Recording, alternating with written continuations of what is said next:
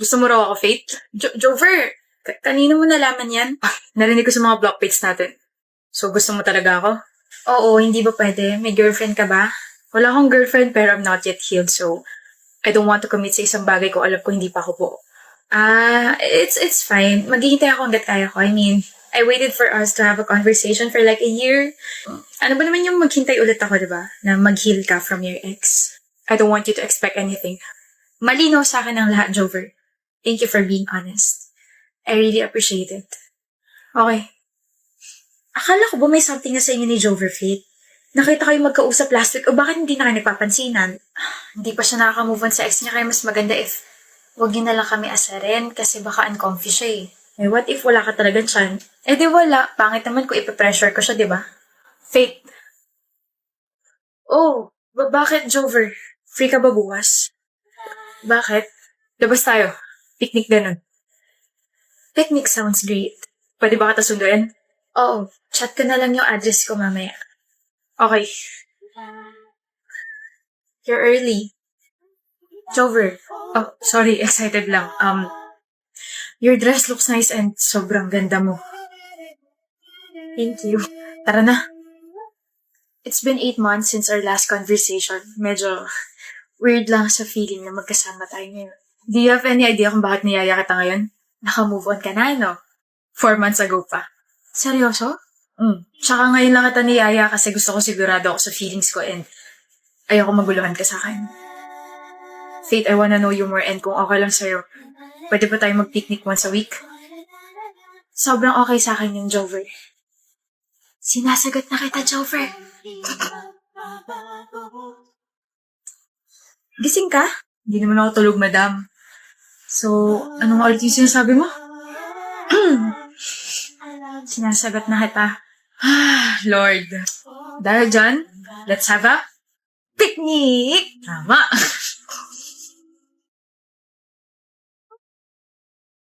Hello po, tita. Iha yung anak ko. Bakit po? Ano po nangyari kay Jover? Papunta na po siya rito sa bahay namin. Sinaksak ang anak ko. Pinatay siya. Po? What's wrong, love? Jover. Love. Wala. Nightmare lang. Kala ko naman kung ano nangyari sa'yo. Go back to sleep. Tatabihan kita maya-maya lang.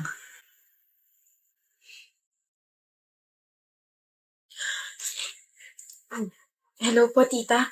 Pupunta ka naman sa death anniversary ng anak ko, di ba? Di ba, Iha? Miss na kita, Faith. Yes po. I'll be there. Jover, it's been 12 years pero hinahabol pa rin ako ng brutal na pagkamatay mo. Kung hindi ba kita sinagot, walang mangyayaring ganon. Kung hindi ako nagkagusto sa'yo, hanggang ngayon mabuhay ka pa rin. May crush ka ng babaita ka? Hinahangaan ko si Primo kasi hindi na siya late kapag gumagawa kami ng paper. Nagbago na siya. Akala ko naman kung ano. Well, akala ko naman crush na iba. Nag-expect ako buwisit. Mali ba sinabi ko? Uy, Megan! Megan! Uy! Bakit hindi mo ako pinapansin? Hindi naman ako late ah. Hindi nga, kaya nga crush na kita eh. Muntik na akong kiligin. Buti na lang naalala kong crush niya ako kasi hindi ako late. Visit. So, bakit mo ako hindi pinapansin? Sabi mo, Primo, kapag may narinig akong Meg, ikaw yon tapos lilingon ako. Eh, Megan, tawag mo sa akin eh. Hindi naman ako si Megan mo. Megan ko? Diba si Meg mo ko? Meg ko? Mali ba ako? Wait lang, order lang ako, okay? Babalikan kita. Napaka-cute. Nakakairita. Meg. Tignan mo tong, cellphone ko. Tignan mo, pinicturean ko talaga to. Tignan mo, mataas yung mga quizzes ko. Congrats! Gusto kong malaman mo na matalino ako. Hindi ko naman kina-question yun. Hindi na rin ako masyado nagbibilyar. Focus ako sa studies ko. Hindi porket mayabang ako or ganito ako magsalita hindi na ako mabait. Mabait ako. Yun lang. Sige, CR muna ako. ginagawa mo? Ano bang nangyayari sa'yo, Primo? Wala. Gusto ko lang ma-realize niya na bagay ako sa kanya. Na bagay kami. Primo, pwede pa abot ng eraser? Ano pa? Kahit ano ibibigay ko sa'yo. Gutom ka na ba? I can order for us. Parang may nagbago sa'yo. Talaga? Parang humaba yung patilya mo. Joker ka pala. Sabihin mo kapag pwede na akong tumawa. Joke lang kasi, parang naging malambing yung boses mo. Hindi kaya. Maangas kaya ako. Mali ba ako? Sabi kasi ng best friend ko, matuturo ako mag-observe ng tao para daw hindi na raw ako natitake advantage. Aba, dapat lang. Pero, ano pang na-observe mo sa akin? Ayoko na palang malaman. Kinikilig ako sa paraan ng pagtitig mo. Meg. Alam mo bang may mas ihahaba pa yung pangalan mo? Ha? Meg. Megan. Meganda ka. Alam ko. I know, nakakakilig, di ba? Paano mo napahaba yung pangalan ko? Saan ang galing yung Meganda ka? Parang ang gulo naman yata, Primo. Layuan mo ang anak ko. Ayoko po. Layuan mo ang anak ko. You're not even allowed to love him. Isa ka lang naman. Commoner. Mahal ko po si Logan. Yung pagmamahal mo sisira sa anak ko. What would my amigas think of my son kapag nalaman nilang may girlfriend siya isang basura? Nakakahiya. Malinis po ang intensyon ko, tita. Do not call me tita. Nakakadiri. Sorry po. 500,000 pesos. Cash. Layuan mo ang anak ko. Grabe ka naman po. Hindi naman po nabibili yung pagmamahal ko para sa anak ninyo. Dagdagan ko pa ba? 750,000 pesos. Malaki na yan para sa isang katulad mo. I heard may sakit yung tatay mo. Kailangan mo yan. Be practical. Madam, marami pang iba dyan, Ophelia. At kilala ko ang anak ko. He won't settle for someone like you. Tatanggapin mo ba? 2 milyon.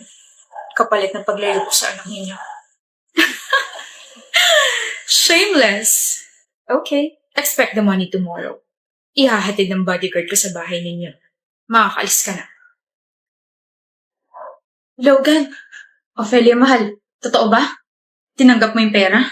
I'm sorry. Kailangan ko ng pera eh. Kailangan natin ng pera. Di ba magtatanan tayo? Uto-uto talaga yung nanay mo. Akala niya may sakit si tatay, pero ang totoo, wala naman na talaga akong tatay, Diyos ko. Magkano in-offer sa'yo? 500K. Tapos ginawa niya 750, pero sabi ko gusto ko ng 2 million. Ang laking pera na nun para makapagsimula tayo, di ba? Anyway, bukas niya pa mabibigay yung pera, kaya stay low-key ka muna ha. Huwag kang papahalta, tapos kapag nabigay na, saka ka na pumunta rito, tapos umalis na tayo papunta ibang bansa. Akala mo talaga makikipagtanan ako sa isang gold digger? Ano? Akala mo, hindi ko alam? Alam mong ano? Na mahilig ka makipagrelasyon sa taong mapera na may pamilyang alam mong kaaayawan ka. Kapag nakuha mo na yung pera sa kanila, iiwan mo yung taong mahal mo. Logan, nauto ko na may mama mo. Sa tingin mo, nauto mo talaga si mama? Sa tingin mo, dadating yung pera? Kasi planado na lahat simula pa nung una. From our first meeting to my mom's fake evil attitude. Galing, di ba? Pero naalala mo si Lorenzo? Yung huling biktima mo? Kaibigan ko yun. You know, it's payback time. Mahal kita. Mahal mo pera namin, Ophelia. Ibigay niya yung 2 milyon. Pinaghirapan ko yun. Pinaghirapan? Don't worry. I left 200 pesos in your bank account. 200 pesos? Pampalubag loob. At least may nakuha ka, di ba? Ganda-ganda mo talaga. Hindi naman masyado, babe. Yes, babe. Jamie!